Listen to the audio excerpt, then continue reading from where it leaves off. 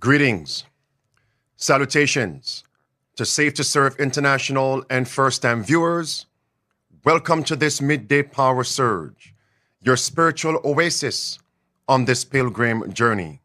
I'm your host, Andrew Henriquez. We have a lot to cover today, so let me get right into it.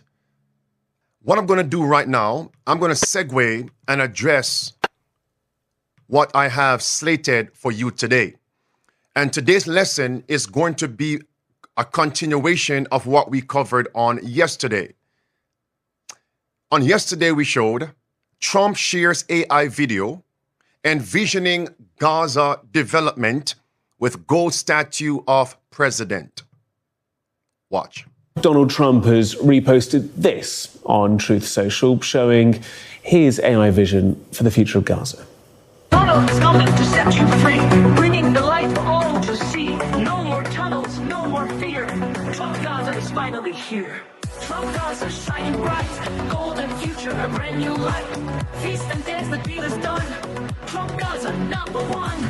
Trump Gaza shining bright, golden future, a brand new light. Feast and dance, the deal is done. Trump Gaza number one. You know, I'm going to say something that I did not realize until I saw several comments in the comment section and even from the evangelists here at the studio. And that is, if you notice that there was a child with a Trump balloon, of course, in the picture of gold, but it wasn't the full body, the full statue from feet to head of President Trump. It was actually just his head of gold. Take a look. Maybe you also missed it. Here it is. Do you see that? Now, here's the point. When President Trump and his allies go over there and control Gaza and redevelop Gaza, the Gaza Strip, and then he opens up his hotel, Trump Plaza, his hotel, and put that statue in front of it, it's not going to be just a head or a bust. No, it's a full body of himself. So why would in the video, the AI video, a sample of what is to come, you only see the head of gold? As if God is showing us that this could very well be the administration in the next 4 years that is going to repeat what ancient Babylon did in Daniel chapter 3. Because remember, in Daniel 2, God showed Nebuchadnezzar, and Daniel showed Nebuchadnezzar that Babylon represented the head of gold. But what did Nebuchadnezzar do in Daniel 3 in defiance of God? He did not erect an image only with a head of gold, but the whole body of gold. Take a look at this. This is what he wants to actually install in Gaza. So why just the head of gold in the balloon? Are you telling me the material that was used to make a head of gold in a balloon, the same material could not have been used to make a full image? Is God speaking to us? Are we listening? Are we observing? That's what you're seeing here on the screen. So again, I'm asking, could this be the administration to launch us into the mark of the beast crisis? Now, I want to say this to you. It's a possibility you have never seen this. Put this back on the screen, preacher, so everybody can see this as I give them words and they can visualize the statement. On the left of your screen is an imagery of Daniel 3. And notice, Nebuchadnezzar forced all the individuals to bow down and worship the image. Have you ever thought of what day that was? What day of the week was this? When Nebuchadnezzar in Daniel 3 told the whole realm to come at this inauguration of this image of himself, and everybody must worship. What day was this? No, friends, I was not there. It's on my way here in prayer, I thought about this. Maybe I can go back to the history books, and maybe history would tell me what day of the week that was. Even if that day is not what I'm going to say, it doesn't matter. because what happened in the past is going to be repeated. So now, in Revelation chapter 13, will the world be forced to worship an image, which begins in America? All right. What day will the image of the beast in America tell Americans, and by extension the world, to worship on? What day? It is Sunday, brothers and sisters. So could it be in Daniel 3, it was also Sunday?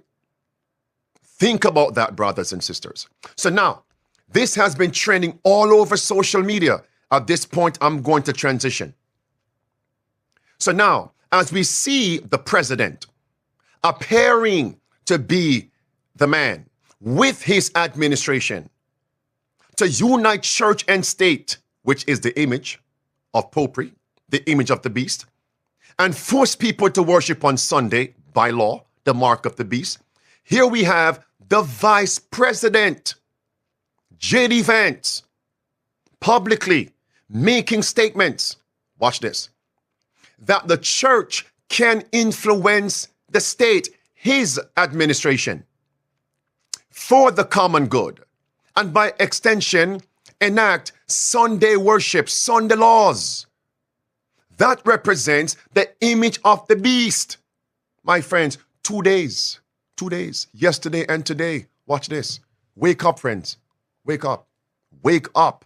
It says here, when the leading churches of America, the U.S., uniting upon such points of doctrine as are held by them in common, shall influence the state, church influencing the state, to enforce their decrees, sustain their institutions, then Protestant America will have formed an image, all right, of the Roman hierarchy.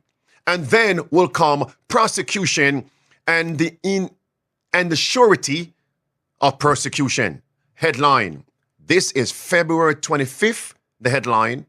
But J.D. Vance spoke today, February 28th.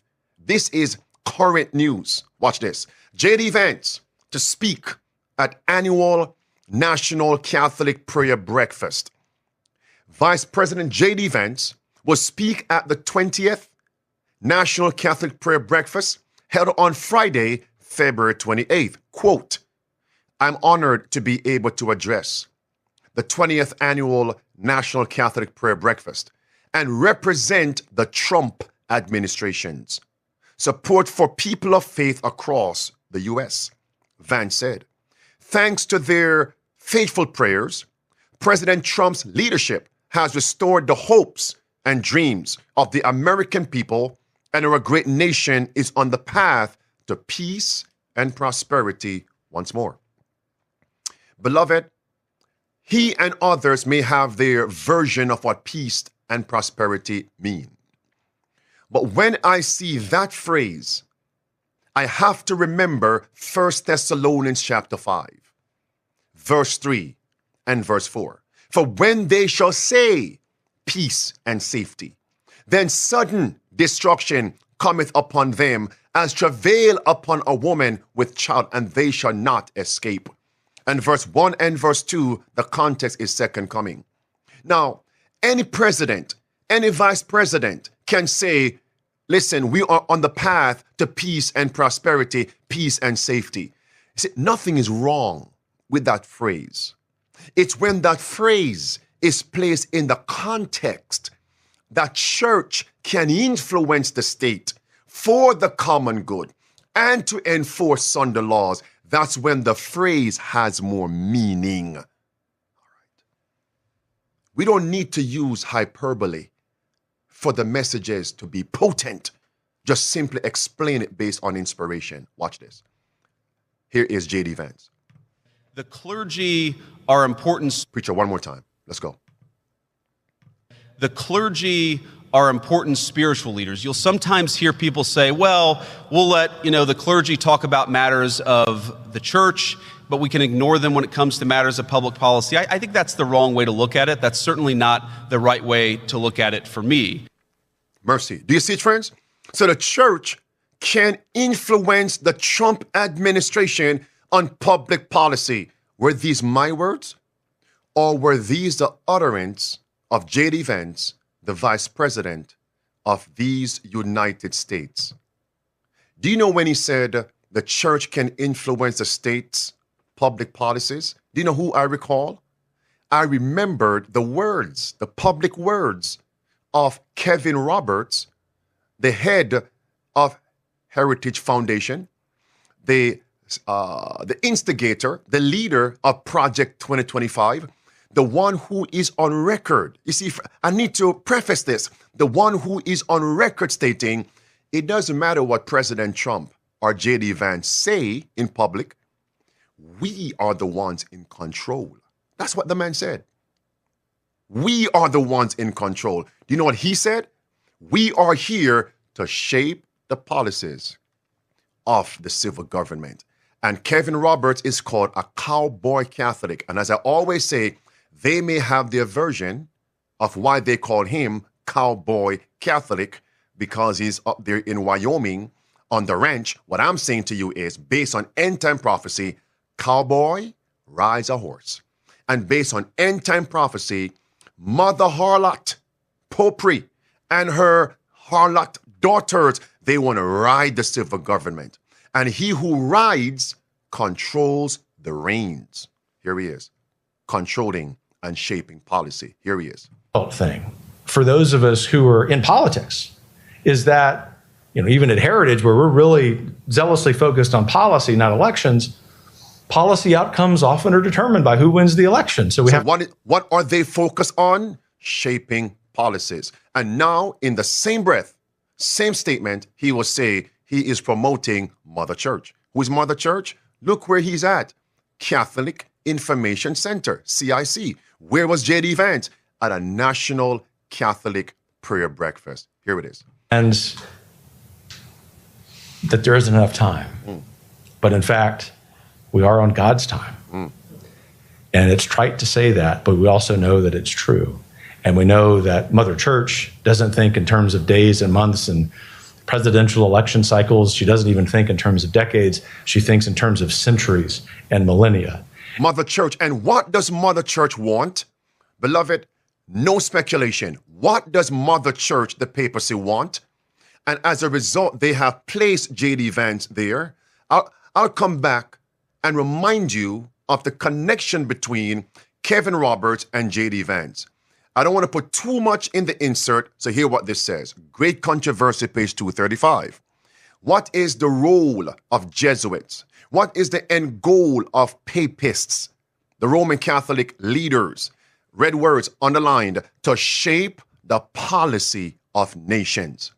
And what is the end goal? Last phrase. Wherever they went, they followed a revival of popery.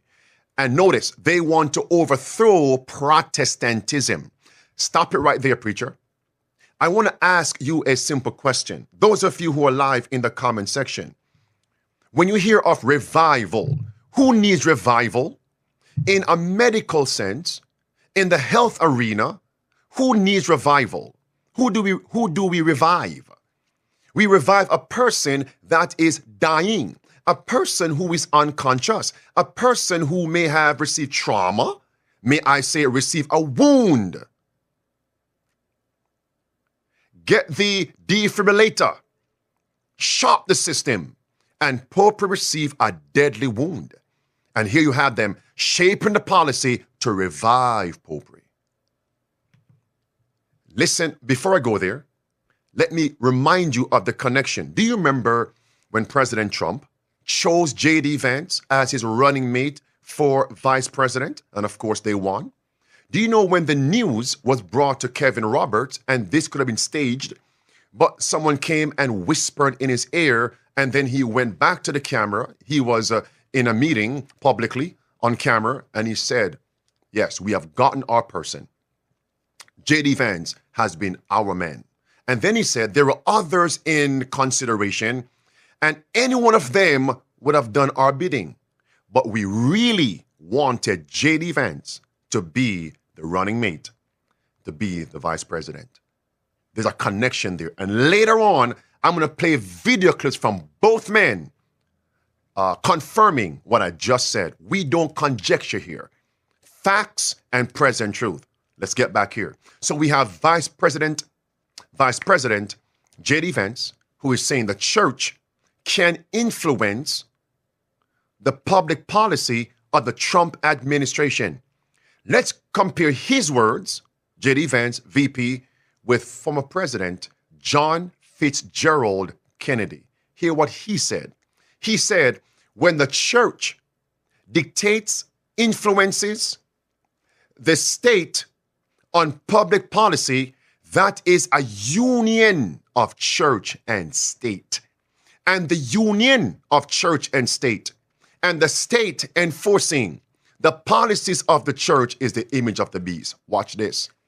I believe in an America where the separation of church and state is absolute, where no Catholic prelate would tell the president, even if he's Catholic, how to act. Mercy. And no Protestant minister would tell his parishioners for whom to vote. That is clear, right? Skip on down to the middle. Red words in the middle. After Catholic, Protestant. He says, where no public official either requests or accepts instructions on public policy from the Pope, the National Council of Churches, or any other ecclesiastical source. No wonder they had to assassinate JFK, because he was a hindrance to the setting up of the image of the beast. Anybody who is attempting to disregard the points just made and these statements needs to go see a physician, a mental, even a psychiatrist or a psychologist. You have mental infirmity. That's clear for those who have eyes to see. Now, I hear people saying, you always talk about image of the beast, Pastor Enriquez, being form and mark of the beast. Why so much urgency? It's far off in the future, not now, even if it's going to be a possibility, a reality.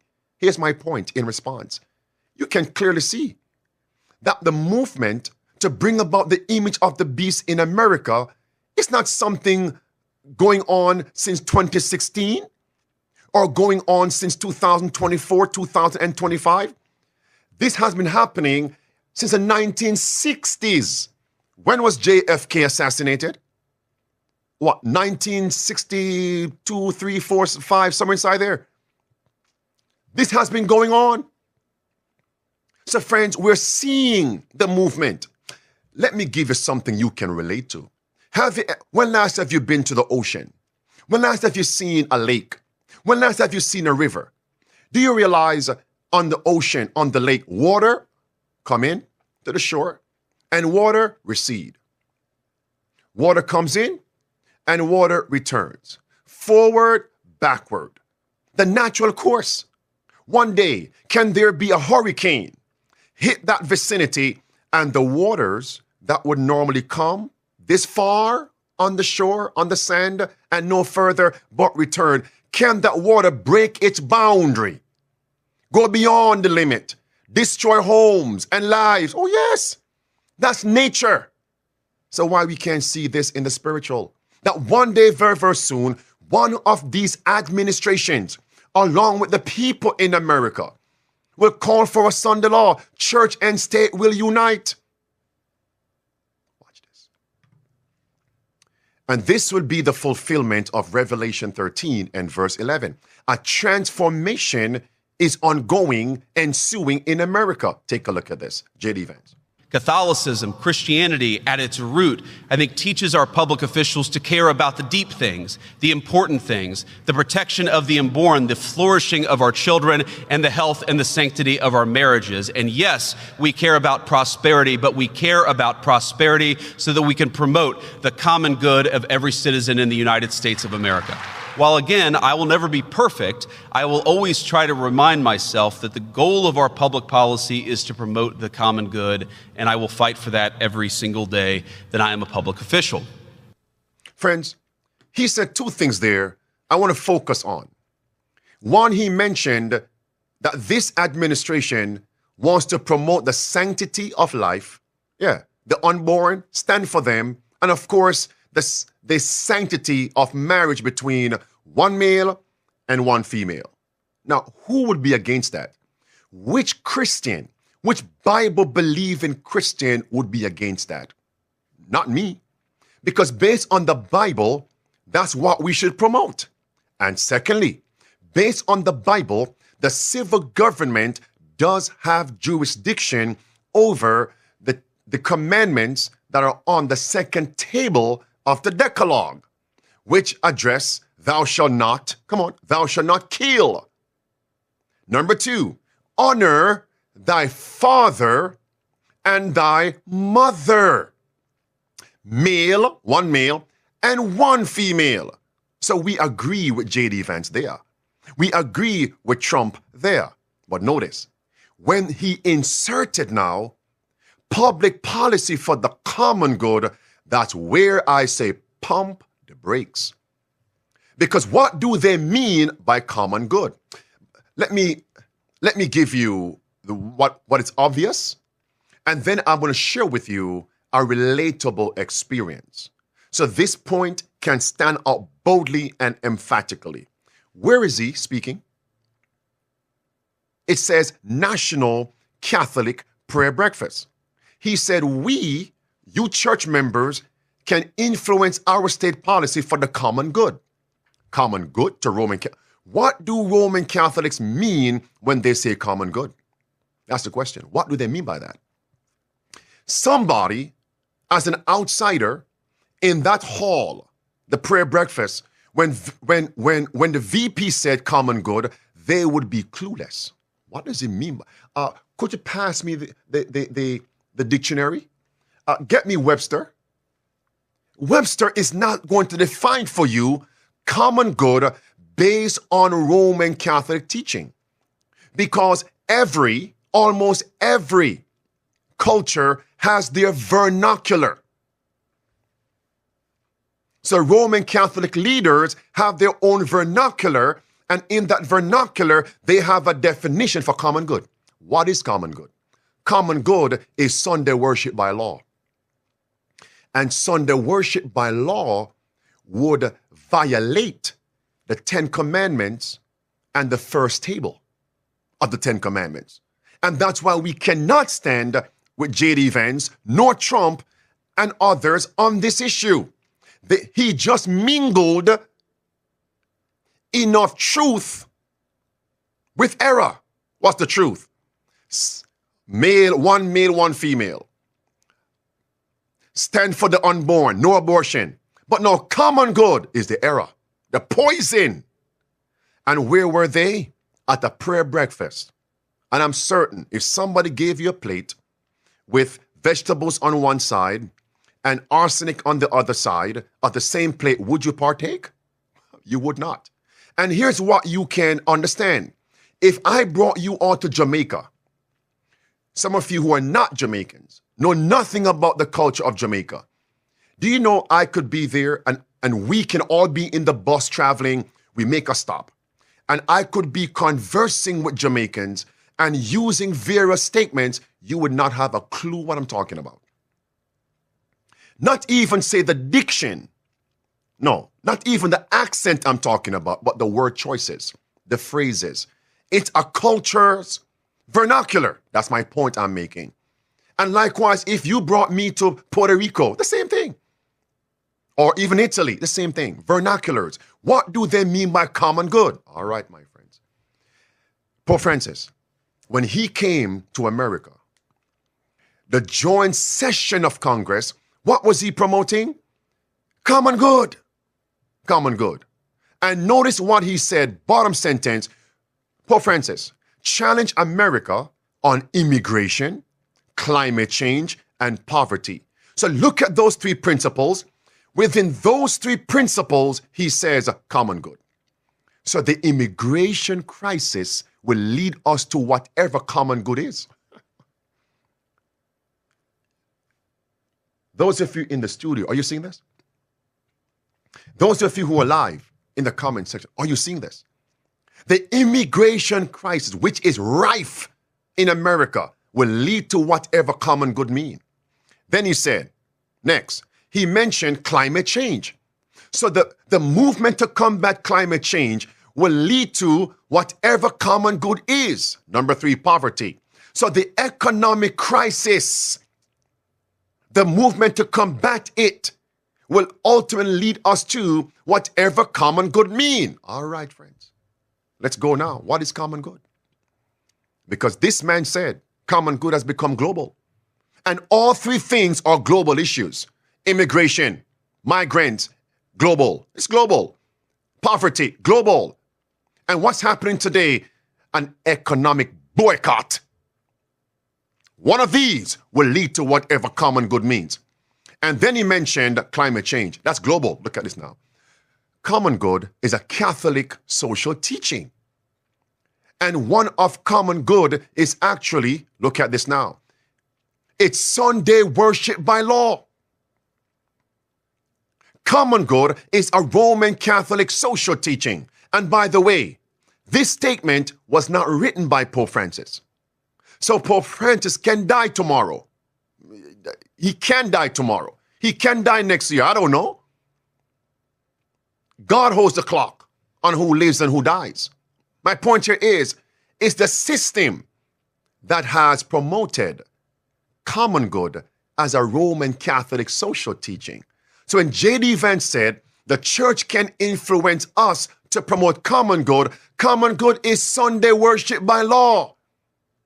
And all of you Trumpites, all of you profess SDA Christians that voted for Trump and J.D. Vance, if a Sunday law is enforced under their administration, blood is also on your hands.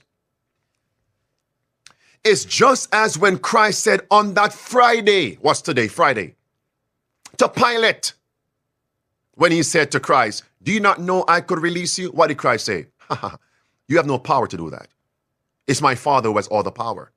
And then Christ said to Pilate, the group, the people who delivered me unto you have the greater guilt, greater comparison, which means Pilate was also guilty. Greater guilt. That's it. So while Trump and Vance and Kevin Roberts and others may have the greater guilt if they enforce the mark of the beast, those who voted for them, blood is on your hands. And that's what inspiration says. When you vote for these politicians, you are guilty of the sins, the crimes they commit while in office. Look at these words. Not my words. J.D. Vance's words. Red words in quote. In quote. Don't argue with me. If you think it's wrong, take it up with National Catholic Register. Red words. My views on public policy and what the optimal state should look like are pretty aligned with Catholic social teaching.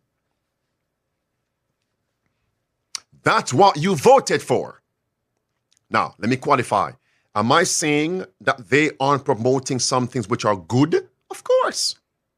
I just enumerated a few of them. But you cannot stand with them because they are promoting that which would destroy the U.S. Constitution, destroy the First Amendment, even while they're saying we stand for freedom. It's a deception. You don't know Satan, or do you? Or do you? Deception. And that's what Great Controversy, page 587 says. They may promote reforms which the people need, principles which are in harmony with the Bible. But while there is with these principles that will lead us away from God into false worship, God's servants cannot unite with them. Nothing can justify them in setting aside the commandments of God for the precepts of men. A direct quote, Great Controversy, page 587. This is J.D. Vance at another Catholic session. That's him in the pulpit. Look what was said there about common good and Catholic social teaching and Sunday worship, Sunday laws. Clip 1 of 2. The public ordination to God is something that has suffered badly in recent decades, but it is easily restored. And I would say it is enacted and continues to be on the books in many different states in the way of blue laws, of Sabbath laws. If you've been following our disputes, we've been proponents of Sabbath laws. A restoration of the Sabbath is the most concrete and material gift that we can give to our nation. So they have a gift for the nation. What is the gift for the nation? Now, do you know there's several instances in the Bible where there were gifts exchanged? I'm going to ask some of you in the comment section.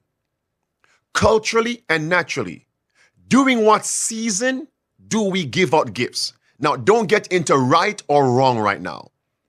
Do not base your answer according to if it's right or wrong. Just simply tell me, during what events do we exchange gifts? Because this man is saying the church can give a gift to the state. Okay, Christmas, CC. Selma, birthdays and Christmas. Parker, Christmas. Antonia, birthdays. Now tell me something. In the Bible, what happened? Who had birthdays in the Bible? Who had birthdays in the Bible? And on those birthdays, somebody died. Come on, talk to me now. Who had birthdays in the Bible? And on that birthday, someone dies. I can hear the whisperings in the studio. On those birthdays, people died. Chakwu, Herod. Who else had birthdays and someone died? Besides, Herod is New Testament. Somebody in the Old Testament. Come on. Michael, Pharaoh. Pharaoh's birthday party. They had a feast. And what happened? While the butler was restored, the baker was beheaded. Baker serves bread. Pharaoh didn't want bread. Pharaoh didn't want the holy word. He simply wanted a butler, and butler was serving wine. Babylon, Pharaoh, wine. Let's come to John the Baptist. Herod's birthday party. Did Herod give Herodias a gift? Did Herod give Salome a gift? Did Salome and Herodias give Herod a gift? Lord have mercy. Friends, stay right here. I'm going to come back to that scene shortly. May I move on? What does it mean by Sunday laws and the gift? What does it mean by Sabbath laws, rather? Sabbath laws, a gift to the state. Let him tell you. It's Sunday laws. Here it is. Good.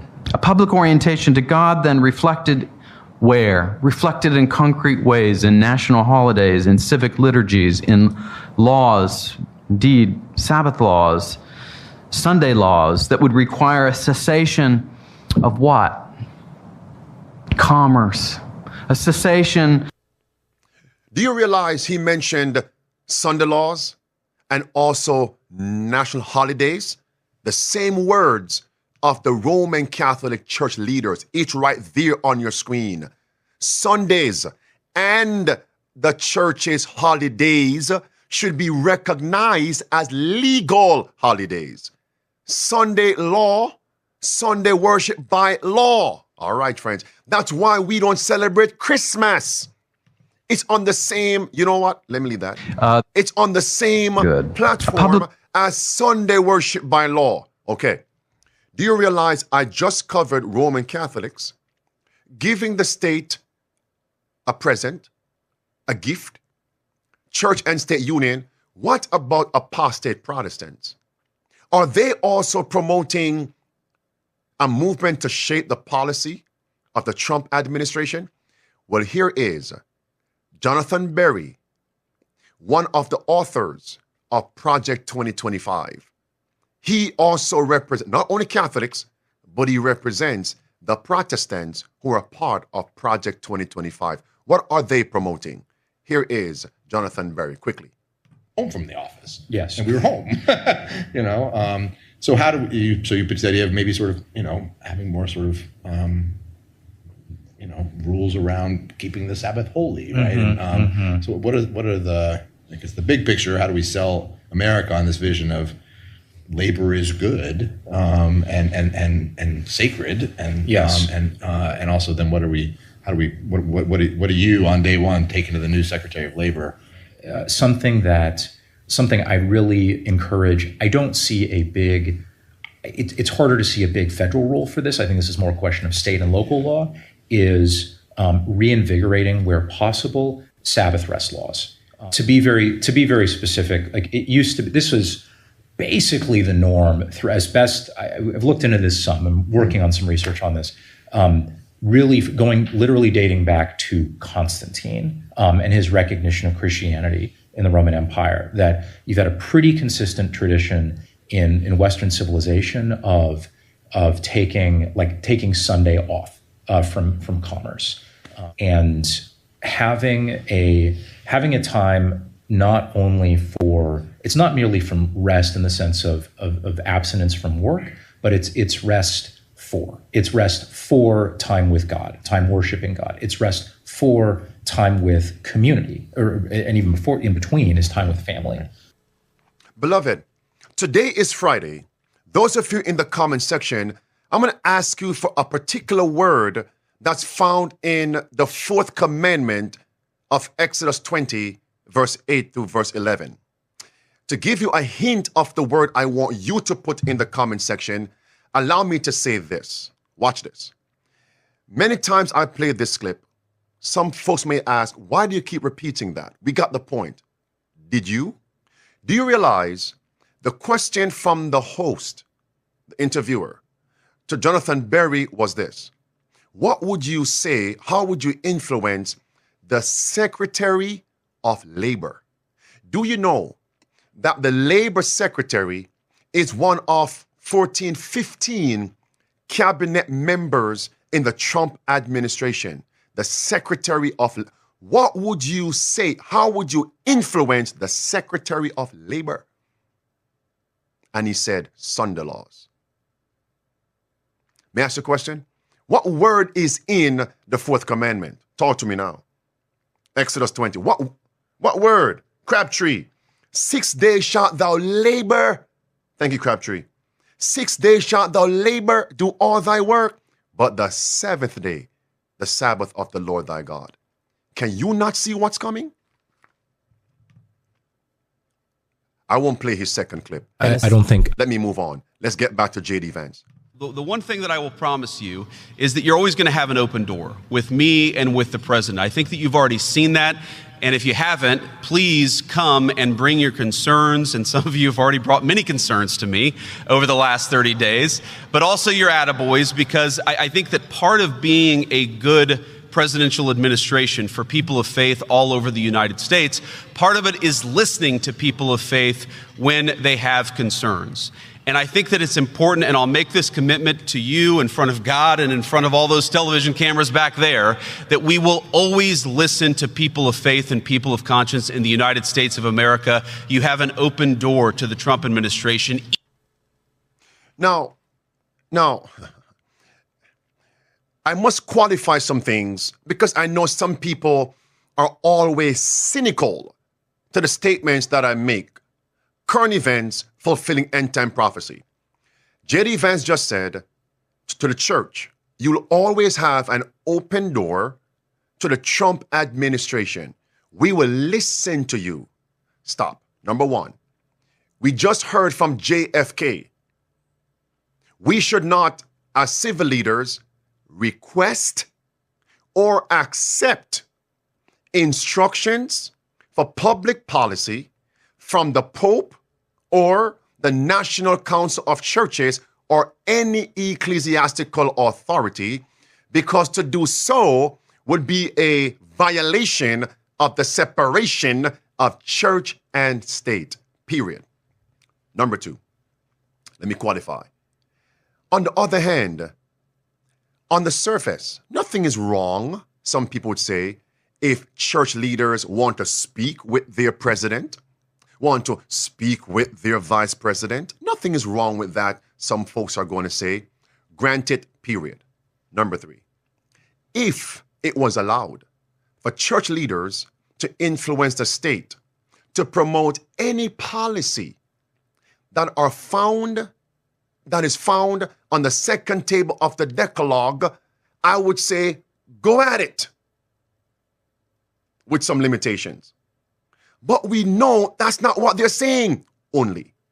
What he's saying is the church can influence the state on all of the principles of the 10 Commandments, even the one that addresses worship. Why we can't see that?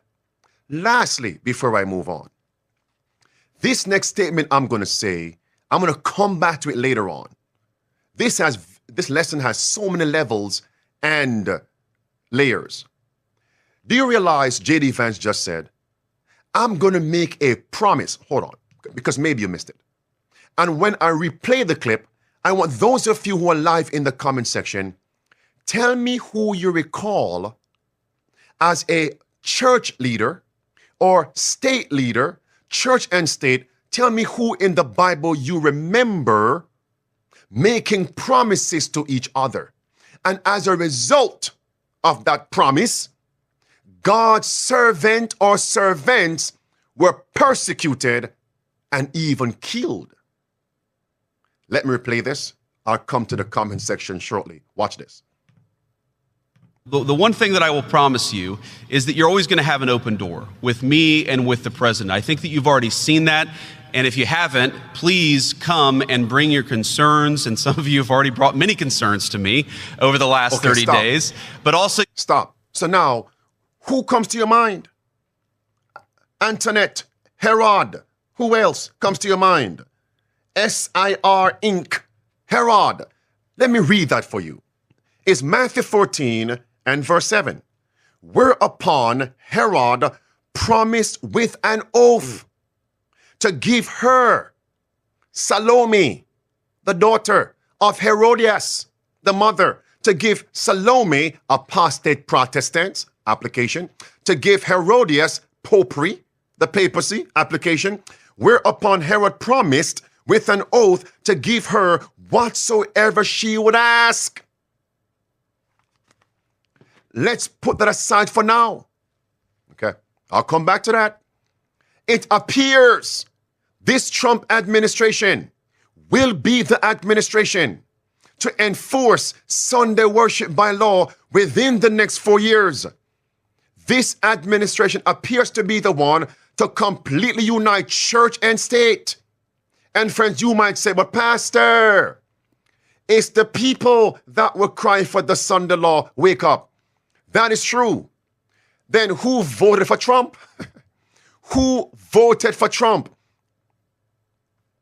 He not only won the electoral college, the man also won the popular vote. He received a mandate. That's it. From the people.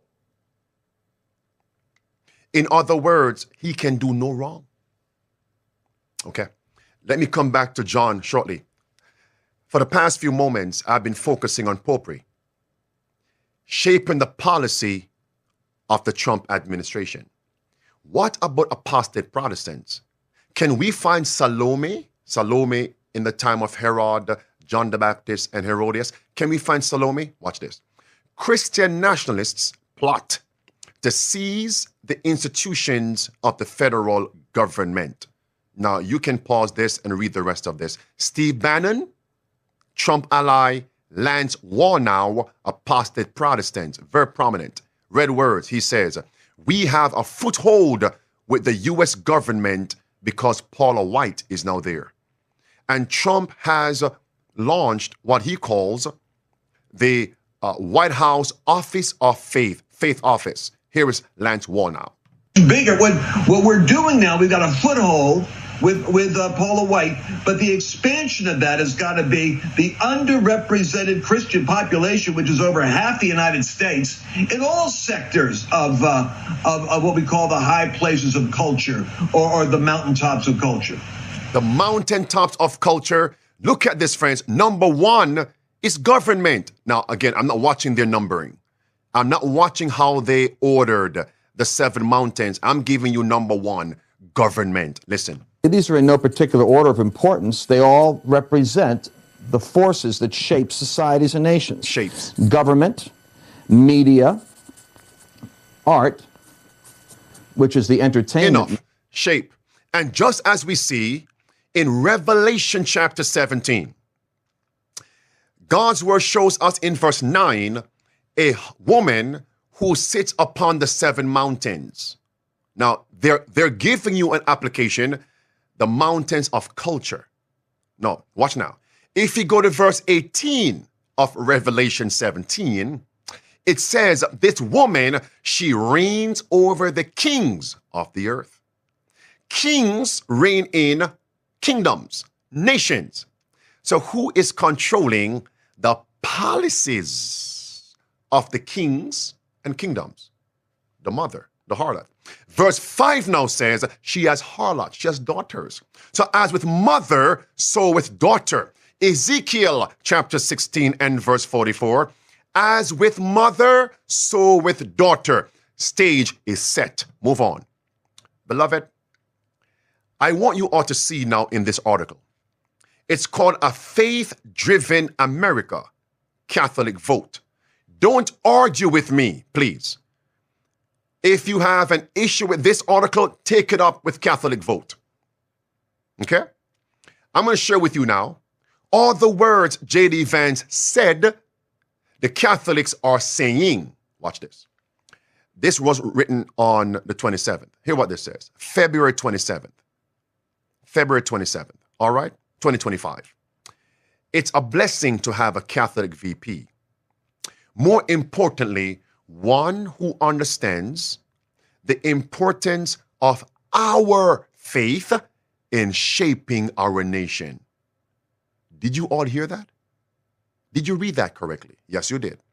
The National Catholic Prayer Breakfast is a special event that unites Catholics committed to making a real difference. Okay, layman terms. So what do they mean by making a real difference? In other words, they have their person in the White House. So that means J.D. Vance's principal purpose of being there is to shape America's policies according to Roman Catholic social teaching. If that conclusion is erroneous, tell me, and then give me the proof. But I can tell you, based on the aforementioned points and what have been said before this, that is a fact. But this isn't just gathering at the prayer breakfast. It's a call to action. Our nation's future depends on us, Catholics who are willing to stand firm in our faith and push for the policies that protect, one more time, that protect the values we hold dear. Now, stop it right there. Before I read anything else, I'm going to read you a statement in the book Great Controversy, page 445. Watch this. You tell me if the image of the beast is almost completely formed when the leading churches of the U.S., uniting upon such points of doctrine as are held by them in common, shall influence the state to enforce, to protect, to enforce their decrees, and sustain, protect, sustain their institutions. Protestant America. All right, finish it. Finish that. And then comes persecution for God's people. Do you see what we're seeing today? Do you see it, friends? Second point. Just imagine in the year 1776. Imagine having a VP Catholic president. And Catholics are saying, we have our guy in the White House. And our guy will shape the policies of America based on Roman Catholic teaching. what would have happened in America? A change has come, my friends. Wake up. You see, friends, let me qualify. Because some may say, well, are you saying only Christians can serve? I'm not saying that. Because it should not be based on religion to hold public office. That's the Declaration of Independence. That's the U.S. Constitution. All right? Let's move on. That no man should be barred from office because of his religion. But the point here is, he wants to force you to worship. That's where it's a problem. Now listen how urgently these people are moving. So I close on the red words. Let's move on. These are Catholics speaking. We stand at a pivotal moment in the world history with an unprecedented opportunity to bring great Catholic political tradition to bear. Lord have mercy. Make America great again. How so? By implementing great Catholic principles. I've never seen it like that. Never. Let's reread that. We stand at a pivotal moment in the world history with an unprecedented opportunity to bring the great Catholic political tradition to bear. No one in current politics understands this like J.D. Vance, the vice president. That's what they mean by make America great again. Roman Catholic tradition. Why would they say tradition? Because Sunday worship is not biblical. It's based on tradition. Constantine the Great, Sunday worship in the year 321 AD. And even if it was biblical, the state shouldn't force you to worship. Next, as Catholics, we have a responsibility to engage in the public square and ensure that faith remains at the heart of America's journey forward. This is our chance to shape the future, to shape the future of America. Beloved, how does America speak? Because America will speak. And Christ says in Matthew 12, for out of the abundance of the heart, the mouth speaks. And America will speak as a dragon and force you to worship on Sunday. Revelation 13, verse 11 and verse 12. And now these Catholics at the prayer breakfast are saying, J.D. Vance understands this. We want the great Catholic tradition to be at the heart of America's policies. Make America great again. Revelation 17 and verse number 5. Mystery, Babylon the Great, the mother of harlots. And when ancient Babylon said, is this not great Babylon, which I have built, Nebuchadnezzar, the next few moments, Nebuchadnezzar fell. Could it be the next 4 years we'll see the revival of popery and the complete fall of Babylon? Urgency, my friends. Where is the urgency in our messages? And that's why Inspiration says we have sleeping preachers preaching to a sleeping church. Let's read on. Now is a time for Catholics to step up and make our voices heard. Together, we can shape America's future. Shape again. This is our moment. It's our moment. Join us in this fight for a stronger, more faith-driven nation. Faith-driven nation. This is our moment. Beloved, that's why I always say, could this be the last 4 years? And within these 4 years, we will see the mark of the beast. Could it be? Have you ever heard the slogan, never let a good crisis go to waste? Is there an application for this current event? This is our moment. This is our moment. And that's what inspiration says, that their objective is to shape the policy of nations, destroy Protestantism, and revive Popery. And then we're going to see church and state fully united, and then will come the Sunday law. Here's J.D. Vance about conservatives ruling in the White House. And he is going to be, well, let him tell you what he's going to be.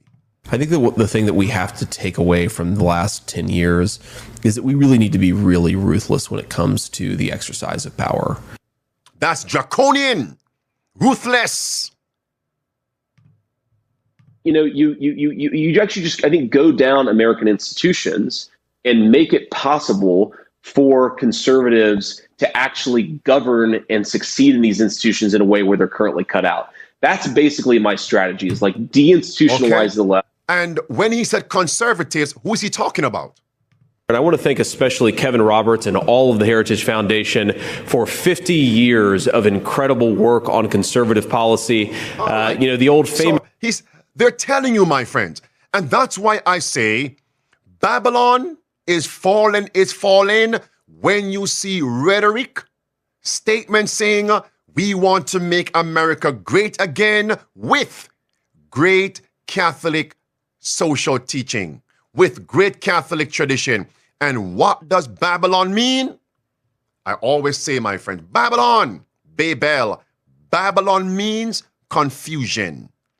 But the leaders of Babylon are not confused. The people may be confused, but Babylon leaders are not confused. They know exactly what they're doing. Babylon means tyranny, and they are going to revive tyranny, just as inspiration says in volume 5, page 711, they will revive tyranny. And also Great Controversy, page 564, they will revive tyranny. Will tyranny be ultimately revived in the next 4 years? Abraham Lincoln said, watch out for these Jesuits. Watch out for these Jesuits. They are against our schools, institutions, our most sacred rights, and our dearly bought liberties. Jesuits never forget. And if the American people could learn what I know of the fierce hatred of the priests of Rome, they would drive them away tomorrow from among us, or they would shoot them as traitors. Listen. When the founders talked about separation church and state, they had a historical context that we really lack. Reverend Eddie Hyatt, author of Pilgrims and Patriots. Church and state was merged together, and the church used the power of the state to enforce its doctrines and practices. He says certain governments used deadly force against dissenters who wanted to worship in their own way. Those people were persecuted, burned at the stake. Some had their tongues cut out. The founders did not want that kind of Christianity. Beloved, did you see those pictures in this video clip? I believe the stage is set now for me to transition and address John the Baptist. Very, very important here. This was a prayer breakfast. And I want you all, if you're busy, you have to go somewhere, it's understandable. But right now, this is important. Let's take a look at Matthew chapter 14. In verse number 4, do you know what John the Baptist said to Herod? He said, it is not lawful for you, Herod, to commit adultery with your brother's wife. Unlawful. Unlawful. So this represents Herod, state power, King Herod, King Trump, King Herod, King Trump, you got it? King Herod. Herodias, woman, apostate church, unlawful. In the application, we have the Constitution. When church and state unite, it is unlawful. It is unlawful, unlawful. Does that make sense? And look carefully now at verse 5, because I'm going to make a startling application. Verse 5. And when he, Herod, would have put John to death, he feared the multitude because they all counted him as a prophet. Now, don't forget this. Herod determined to kill John. Because later on, I'm going to give you another perspective dealing with Herodias. Some of you may have missed that. In verse number 7 now, Herod made an oath and promise to Salome and Herodias, whatever you want, I will give it you, even half of my kingdom. That means church and state would be reigning. May I ask you a question? Since Herod was king, if he were to give Herodias or even Salome half the kingdom, what title would Salome have? What title would Herodias have? Those of you who are live in the chat. David, in the chat, you put quid pro quo. That's what it is. Quid pro quo. You scratch my back, I'll scratch yours. Renee, Queen, Lloyd, Queen. Queen. Queen. That is Revelation 18. Verse 2, Babylon. Verse 3, Babylon. Verse 5 through verse 8. I sit a queen. But notice now, watch carefully now, watch this now. Do you realize, in order for Salome and Herodias to receive half the kingdom with Herod king, to become queen, what had to happen to John the Baptist? Mercy, brother. So the Protestant preacher had to be silenced. The Protestant preacher had to be removed out of the way. The preacher against church and state union had to be beheaded. Fast forward now to Revelation 18. So when Mr. Babylon say, I sit a queen, I'm no longer a widow, I will see no sorrow. What is happening in the context? Based on Matthew 14, the template, the persecution of God's modern day John the Baptist. Do you see it, friends? Do you see it? If you saw that, put in the chat and nail it in a sure place. Preach, Pastor. Yes, it's not me. It's God's inspiration. I'm simply the mouthpiece. It's coming. And here's a point I'm going to make now. Today, February 28th, 2025, all of us have joy preaching the message and joy hearing the message. But a day is going to come when persecution begins.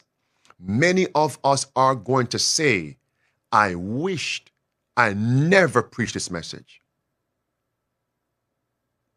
When persecution bursts upon us, great controversy, page 608, paragraph 3. When persecution bursts upon us, many of us are going to lament these words. If we had foreseen what would come upon us for living and teaching the truth, we would have held our peace. Imagine what's coming. But God's people will then flee in prayer to the stronghold, that's Christ Jesus. And they are going to receive strength to go forward still. Amen. Forward, upward, onward. Leaving the results with God, presenting the truth. Great controversy, page 609. God's servants should have nothing to do with consequences. They must present the message, they must declare the truth, and leave the results with God. Because if we try to save our lives, we will lose it. But if we lose it for Christ's sake, we shall gain it. All right, watch this now. This is an account many of us are familiar with. So I won't bore you with things you already know. I'm going to extract principles that possibly you never saw. Okay, so we come down to verse 8. Salome went to her mother. Her mother said, ask for the head of John the Baptist. And Herod says now in verse number 11, Herod was about to not behead John, but because of the oath in verse 9, the oath that he made, the promise that he made, the promise. And those who were sitting at the feast, he had to go along with the beheading of John. That means in the last days, the civil leaders are going to make promises to the churches. And they will find themselves in a bind between, as we would say colloquially, between on a hard place. Between what now? A rock and a hard place. Their backs against the wall. And they will have to fulfill the promise, the oath they made to modern day Herodias, popery, Jesuits, the modern day Salome, apostate, Protestant churches. And that's how God's people, like John, are going to be beheaded.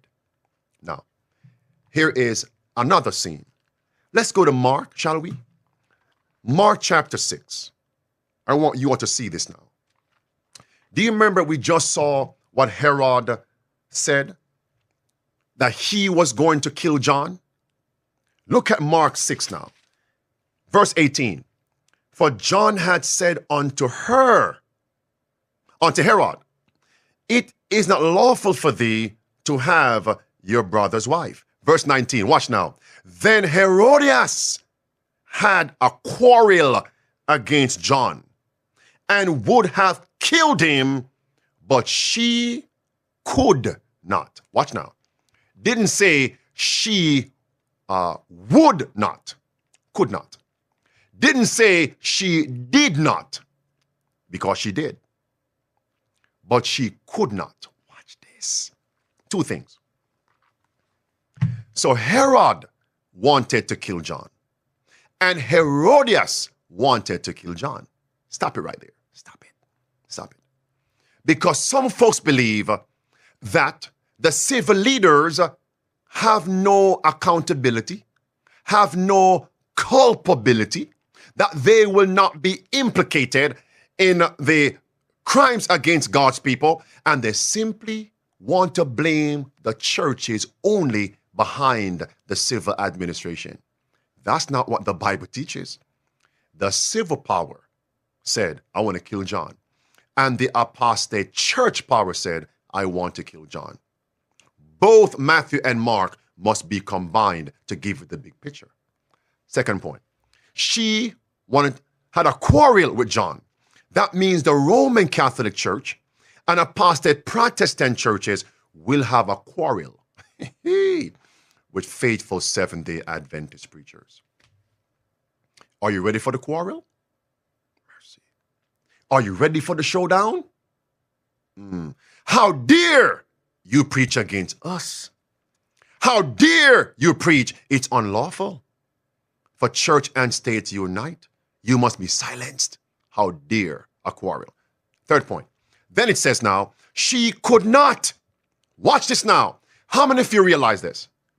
Herodias could not kill John, but she wanted to kill John. So who did Herodias use? Mercy. You are going to see something today. Herodias worked through Salome and worked through the state. Herodias could not, but she worked through Salome, the daughter, and the state to kill John. Let us flip it. The Jewish leader said, we have a law and we can't kill him, Jesus. So now they work through the state to kill Jesus. How many of you saw that? Herodias could not kill John the Baptist, the forerunner. The Jewish leaders, two churches, could not kill Christ and work through the state. Do you see it, my friends? Notice now. What's today's date? Friday.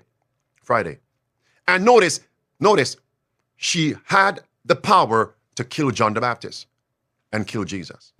That means John and Jesus are combined in my experience. in Mark chapter 6, as I close this off. In Mark chapter 6 now, they went and they beheaded John. I won't bore you with all the story. Look carefully now at verse 31. When it was noised abroad that they beheaded John the Baptist, and they buried John, and they ran to Christ. You know what Christ said to them in verse 31? Come ye yourselves apart into a desert place and rest a while. Mercy. There are two things going on there. Country living and come and rest. What rest was Christ talking about? Those of you who are live in the comment section, don't hurry me.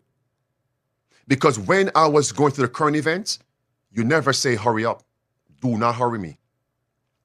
Those of you in the comment section, what are the multiple plethora of applications of the word rest? Rest. Okay, Irene, Sabbath rest. Give me another rest, Oscar. Another rest. Another rest besides Sabbath rest. Another, okay, Richard, mental rest. Matthew 11, mental rest. Verse 28, verse 30, emotional rest. Stop it right there. Those who were bereaving the death of John, were they overwhelmed? Were they grieving? Did they need rest? Yes. But do you realize the beheading of John, which was caused by church and state union, the context was about rest? Okay, let's stick a pin there. And the day upon which Christ was crucified led to the weekly day of rest. He was crucified on Friday. The sun set, and then came the weekly rest. Did you see that?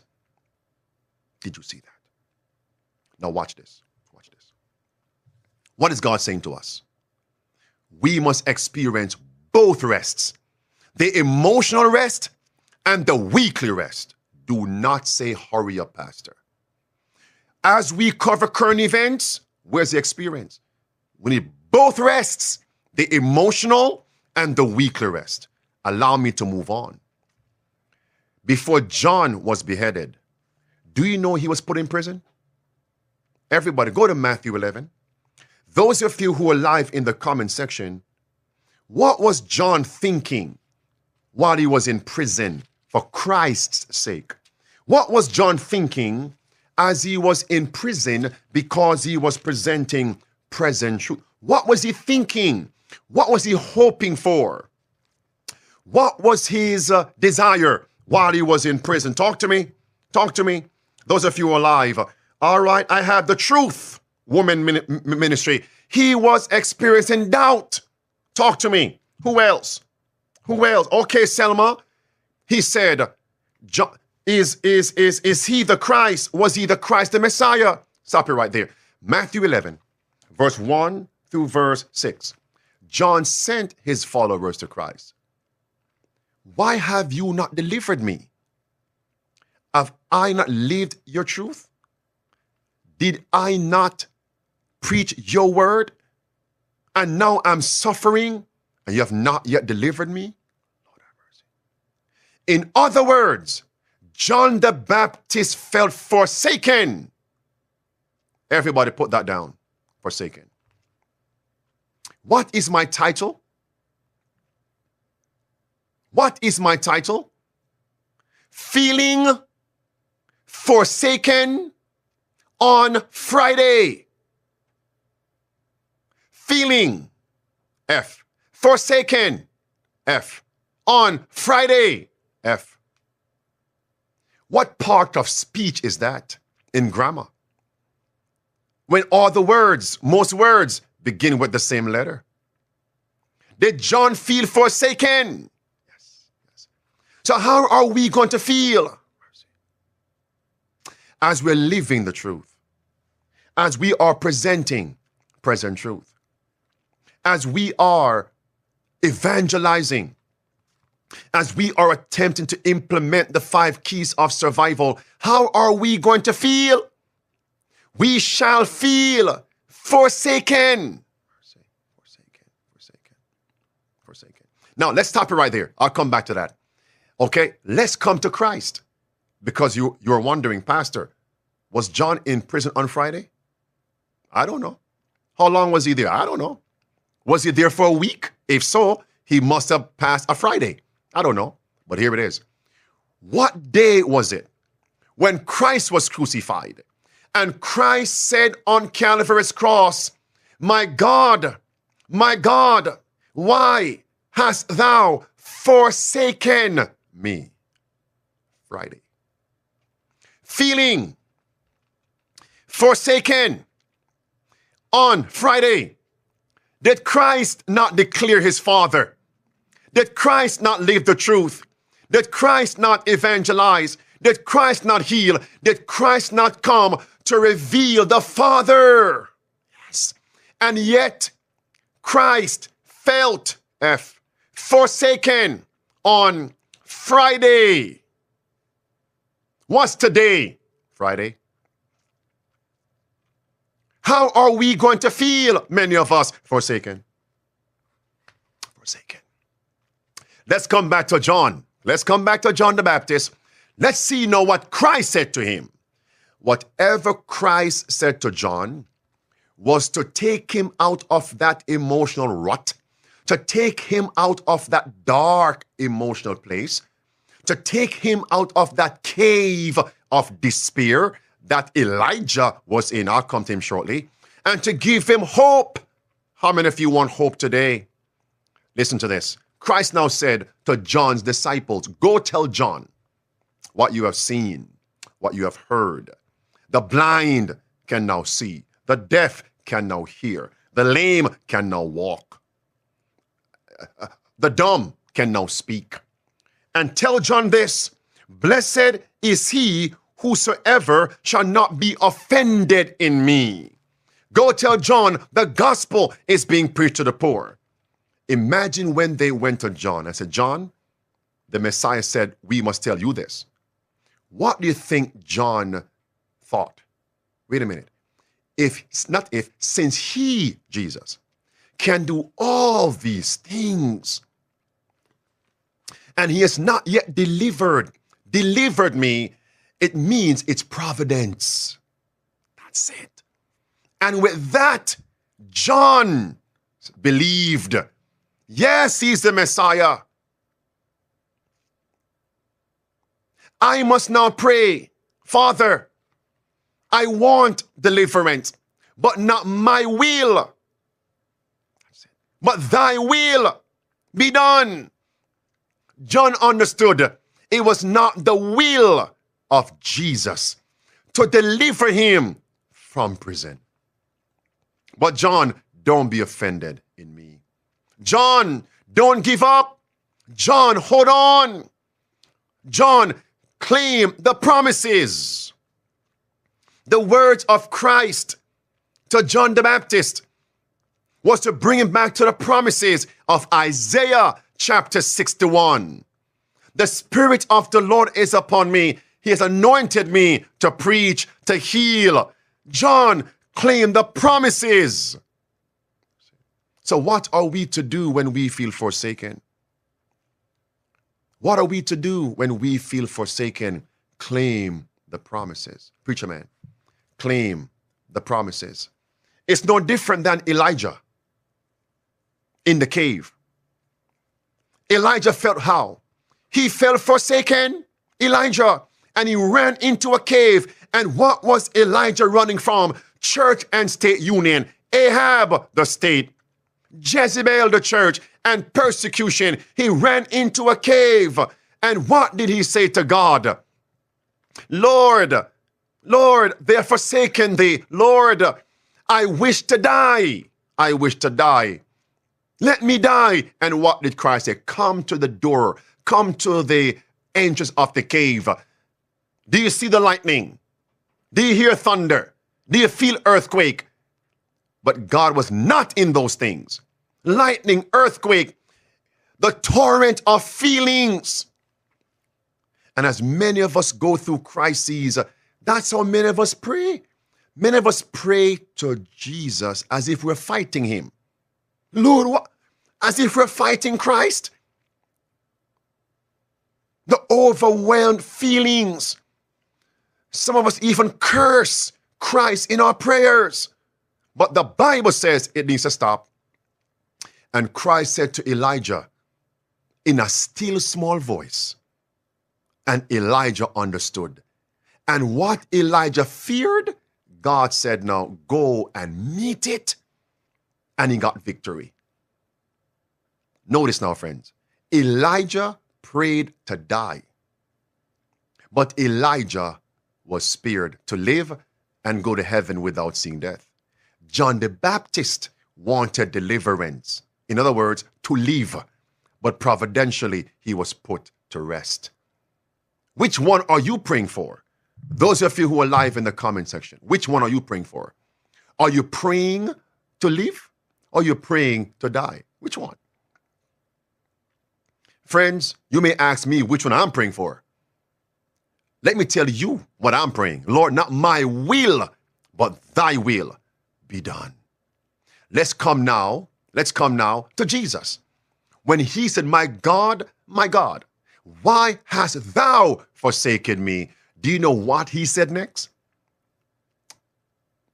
My Lord, my God, into your hands I commend my spirit. He rests assured in the hands of his Father, knowing the Father knew best. That's it, friends.